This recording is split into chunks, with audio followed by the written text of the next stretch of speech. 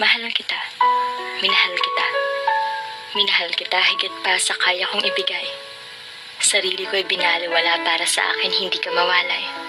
Sa bawat pagtaboy mo sa akin ay siya namang paghabol ko para ikaw ay pabalik na hatakin.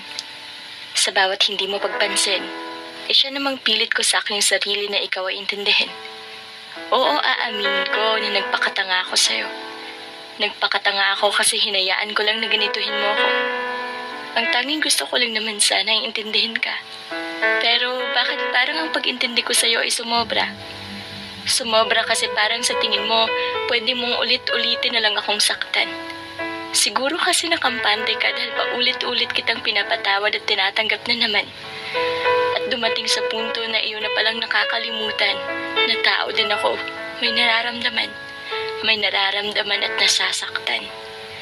Sapat na siguro yung mga araw ng pamimilit ko sa'yo. Pamimilit na sana kahit konti pahalagahan mo man lang ako. Sapat na siguro lahat ng luhang aking naibuhos. Sapat na siguro yung aking pagmamalimos. Pagmamalimos ng oras mo. Kahit konting appreciation sa mga efforts ko, kailangan ko pang mangmalimos sa'yo.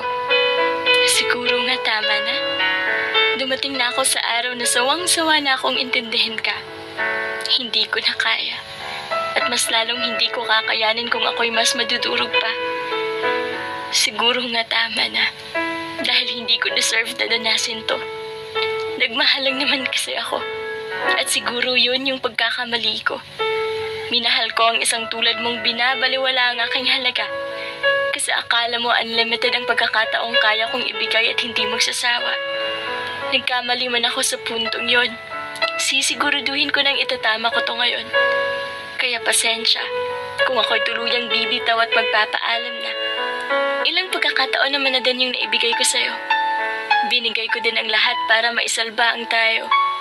Kaya wala na akong pagsisisihan pa sa kung anong kinahinatnan nating dalawa. Siguro makikita mo lang kung gaano ako kahalaga kung ako ay wala na. At kung maisipan mong habulin at suyuin ako pabalik sa'yo, pasensya ulit kasi hindi mo na ako mauuto. Dahil tama ng aking pagpapakatanga. Siguro nga talagang tama na.